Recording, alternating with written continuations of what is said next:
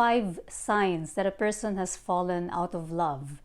So this is very useful if you want to gauge kung yung kinakasama po ninyo ay nagpapakita pa ng mga signs na mahal kayo, or mismong kayo if you're questioning yourself, am I still in love with my partner, with my spouse? How would you know?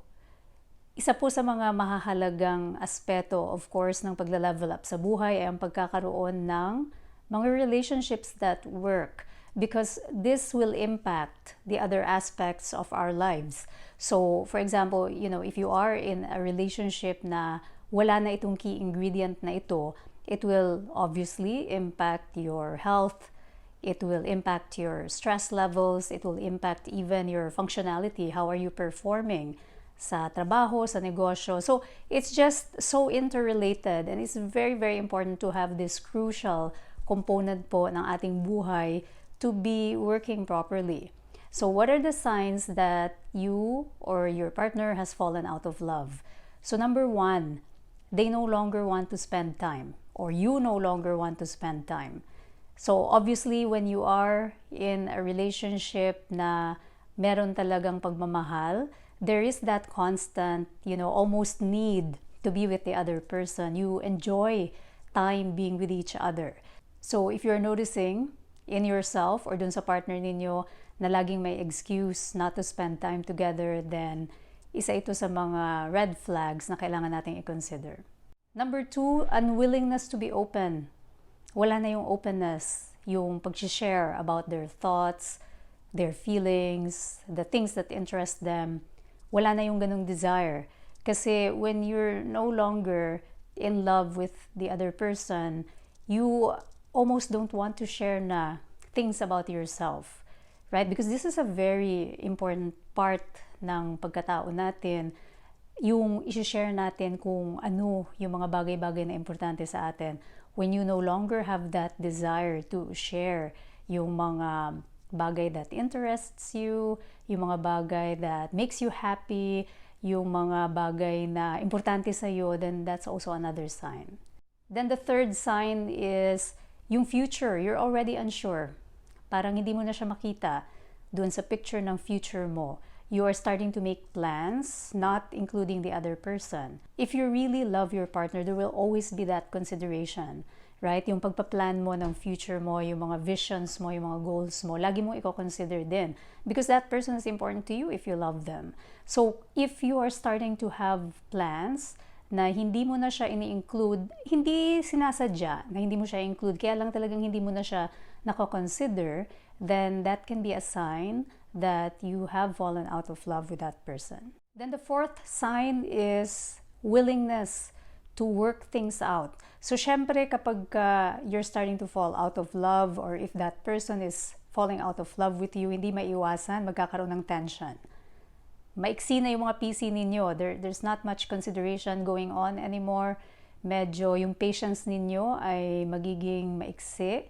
So, there will be mga disagreements, there will be yung mga pag-aaway, there will be irritation, irritability. So, when you have fallen out of love, magkakaroon nun yung mga hindi pagkakasundo. Syempre, kahit naman sa normal, healthy relationship kung saan in love ang bawat isa, hindi talaga maiwasan yun. There will be times of disagreement, times of miscommunication, mga ganyan. Pero lalo pa, if you've already fallen out of love, then these situations can be more and they can occur more frequently.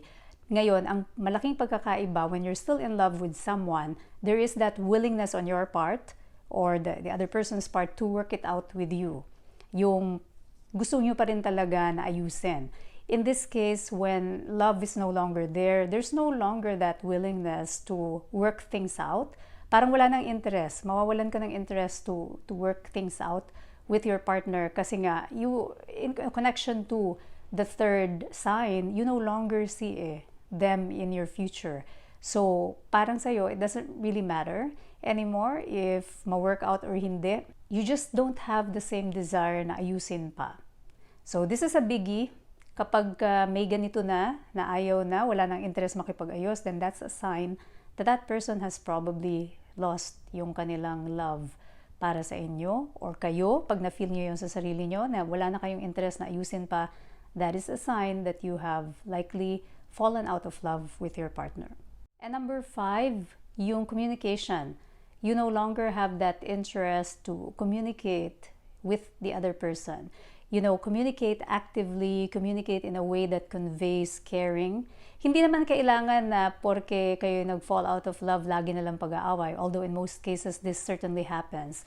But at least yung capacity ba to communicate. So when you say communicate, it's not just, talking, but also actively listening. When two people are in love, there is that. You actively listen to the other person. You really pay attention to what they're saying. You're reading between the lines. Hindi lang yung sinasabi, pero binabasa mo rin yung mga non-verbal, right? You are in tune and you are very aware kung ano yung kanilang mga nakatagong feelings based on how they communicate with you. Now, when you have fallen out of love, yung desire talaga to communicate, to really even actively listen to the other person, nawawala yan. So, syempre, pag wala na yung active listening component, then the communication really dies off kasi you can't really communicate well kung wala ka talagang desire na makinig, right? Because you can't meet the other person in that sphere kung saan sila nangungusap sa'yo.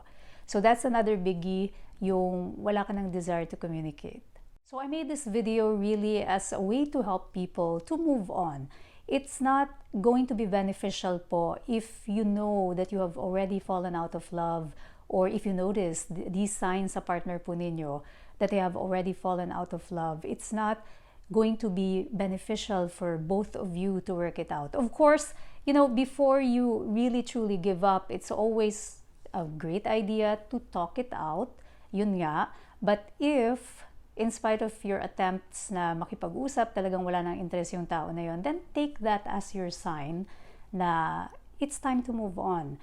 It's very, very important sa pagkakaroon ng harmony sa buhay na yung mga karelasyon po talaga natin, yung relationships that we are in, is happy. It doesn't have to be yung parang nakikita natin sa mga pelikula na romance, but there has to be the key elements, yung ganun nga, that that they are open to communicating, that they are still listening to you, that you are being considered as part of the future, right? Kasi ito yung mga key ingredients ito eh. Without these things, without the common interest, without that alignment between the two of you, it's going to be very hard to sustain the relationship.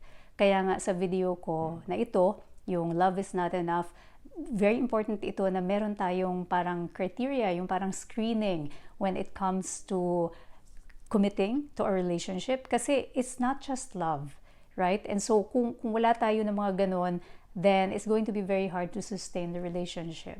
So bottom line, if you can still work it out, then do it. Do it by communicating openly. Transparency is very important. Honesty is very important. And involving the other person doon sa conversation about how do we proceed from here? Where are we going to take this relationship is very important. It's always important to have that one last try. Pero pag talagang hindi talaga, wag po nating pipilitin. Kasi forcing a relationship is one of the most damaging things that you can do to the other person, to yourself. It's not worth it yung stress na idinudulot nito sa ating buhay. Our stress hormones will go up constantly kung ito yung sitwasyon na kinalalagyan natin. Kung kailangan po ng extra gabay, please join our communities. Kung kailangan ng resources, marami po tayo niyan. Please check out my page, levelupwithdriris.com. Marami tayo doon ng mga free trainings about emotional wellness, mental health, on top of our usual Level Up Health trainings. Meron din tayo doon mga Level Up Wealth trainings. So, click lang po yung link to access yung ating webpage. As always, I am wishing you holistic wellness, meaningful living, yung tipo pong level up na pamumuhay kung saan tayo ay masagana at masaya.